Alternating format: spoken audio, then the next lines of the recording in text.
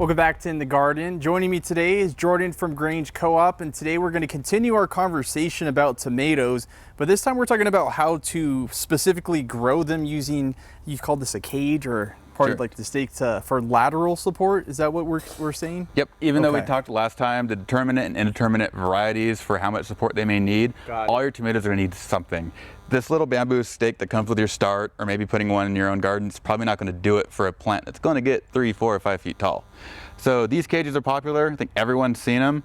They're not my favorite. I find that in the year, I'm throwing away several that have rusted or just busted apart. They're a little flimsy too. Does that affect it when you're growing? Yeah, they're difficult to put in. If you have tough ground, they're going to bend. It's just altogether a frustration. Okay. I would rather upgrade to something like this. We call these sturdy cages. They are same principle, but a lot thicker gauge wire. They're going to be a lot more resistant to rust. The joints are going to aren't going to go out so easily. This particular option, while it does stack, is something I would probably just leave in the garden year round. Use it as a trellis for peas, nasturtium, anything else in your cool weather time. Okay. And just save that spot for your tomatoes the next year. Sweet. And then you have larger options over here. Is that kind of a similar thing as that one? Yeah. So, you know, if the sturdy cage is something you're looking for, but I'm limited on my garden space, especially around winter, they do make folding options that are pretty dandy. Oh. So something like this has all the durability of the smaller sturdy cage, but we can store it over winter. So that garden space is wide open for your cabbages and your broccoli and kale and what have you. Awesome, cool. And then so for people who don't have gardens at home, let's say they want to buy a tomato plant, they want to plant them in maybe a pot, that's doable, right? Definitely doable. And yeah, that's a consideration for a lot of folks. They just want one tomato on their back porch. They don't have room for something like this. I would suggest minimum 5-gallon pot.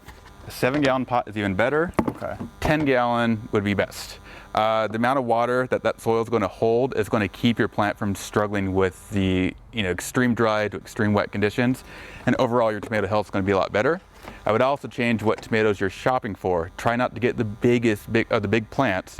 Maybe not the beefsteaks, maybe not the big slicers, but look for smaller things. Your cherry and grape tomatoes, even some dwarf varieties that are made for containers. It's a little secret, but if you can do this with tomatoes, but not in other plants. But when you're planting them, if you take off all of these leaves down below where the top maybe third or so of it, like that, I wouldn't suggest this for any other perennials. Right. But when you plant this and bury that up to the air, all those nodules are going to put out roots. And we just taken a shortcut that adds maybe 2 weeks of growth time to get that plant deeply established. Sweet, awesome, I love that. Well, thank you for joining me today, Jordan. If you have any more questions, you could talk to an expert at a Grange Co-op near you, such as Jordan himself, or you can head to our website, ktrv.com.